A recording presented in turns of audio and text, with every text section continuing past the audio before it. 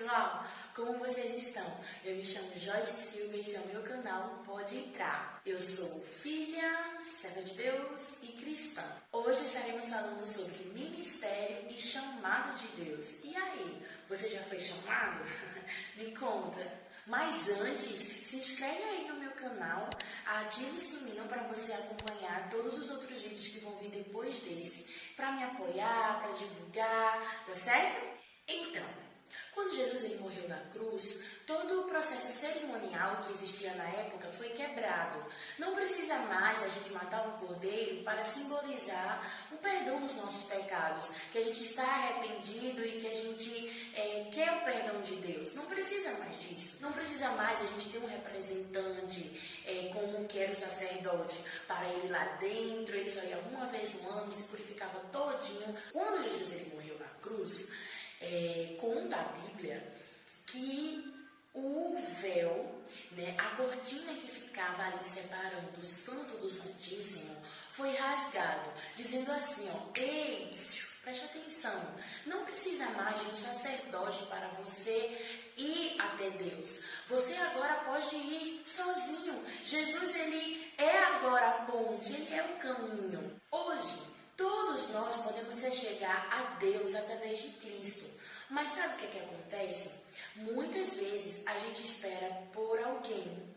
Por exemplo, o nosso vídeo de hoje é falando sobre o ministério. Sobre ministério na igreja, sobre você coordenar algum departamento, ministério para a obra de Deus na sua igreja, independente qual seja a sua religião, qual seja a sua denominação. A maioria das igrejas ela tem essa divisão. Muita gente só espera pelo pastor, como se só ele tivesse a obrigação de ser o ministro, de ser a pessoa que vai auxiliar você a se aproximar de Deus. Não é mais que ele vai até Deus por você, mas ele te auxilia. Só que tem gente que acha que é só o pastor que deve fazer essa obra de conversar com os membros, de buscar saber o interesse deles, quais são os problemas que eles estão passando. Não é só o pastor, também é você, ministro de Deus. Você que tem o seu chamado como ministro, você foi escolhido por Deus para auxiliar o pastor em auxiliar a igreja, os membros da igreja, a se aproximar de Deus, ajudar, facilitar o caminho, limpar ali um pouquinho, apontar mais ou menos qual seria o caminho certo, limpar os óculos das pessoas. Este é o papel do pastor e também nosso como ministro, meu e seu. Então, se você foi escolhido por Deus e você tem um ministério, você foi chamado para isso, para conversar com as pessoas, para saber o que elas estão passando, não simplesmente achar que tudo deve ser somente o pastor. Então, me diz aí, você tem um ministério em suas mãos? Então, se você tenho que te informar uma coisa muito importante. Você é o pastor da sua igreja. Mas como assim? Calma. O pastor vai continuar sendo pastor e tem coisas que só ele vai poder fazer. São ações que só cabem ao pastor. Mas você que recebeu o ministério de Deus, o ministério das crianças, o ministério do louvor, o ministério das mulheres, dos idosos e vários ministérios que existem aí. Você tem um papel semelhante ao do pastor. O grupo que você ministra, ser ministro de Deus, o grupo que você ministra, com este grupo que você vai procurar saber como eles estão, como está o relacionamento deles com Deus, como é que está tudo com Deus, sabe? Acompanhá-los, orientá-los, dar auxílio, limpar o óculos, o caminho, apontar, ligar, fazer uma festa surpresa, enfim, são tantas coisas que envolvem que você, como ministro, está responsável. Então, se a gente aguarda somente o pastor para fazer isso, acaba que a igreja fica só dependente do pastor. Não é como a Trindade, que tem Deus Pai, Deus Filho, Deus Espírito Santo e um só. E cada um tem ali seu papel.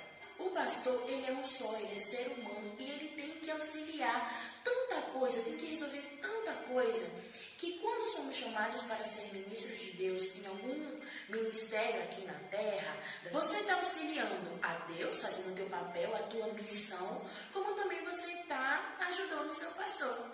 Ao receber um ministério, seja ele ancianato, diaconato, ministro de algum departamento infantil ou das mulheres, você foi chamado para ser colaborador de Deus. Você foi chamado para viver 24 horas em serviço ao Senhor. Eu não quero dizer que você que não tem ministério não tem que ter 24 horas em serviço do Senhor. Mas a partir do momento que você pega essa responsabilidade de auxiliar aquele grupo de pessoas, Deus ele está contando com você porque ele disse assim, não, você é especial. Você tem as características de líder para liderar este grupo, para auxiliá-los a se aproximar até a mim.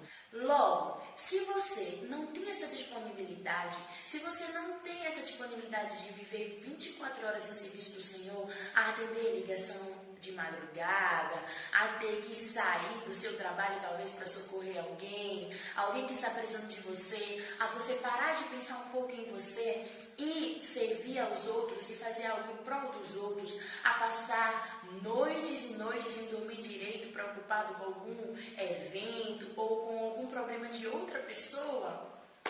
Sinto lhe informar que você não é ministro de Deus. Você tem um departamento que você foi chamado e você não está fazendo por onde.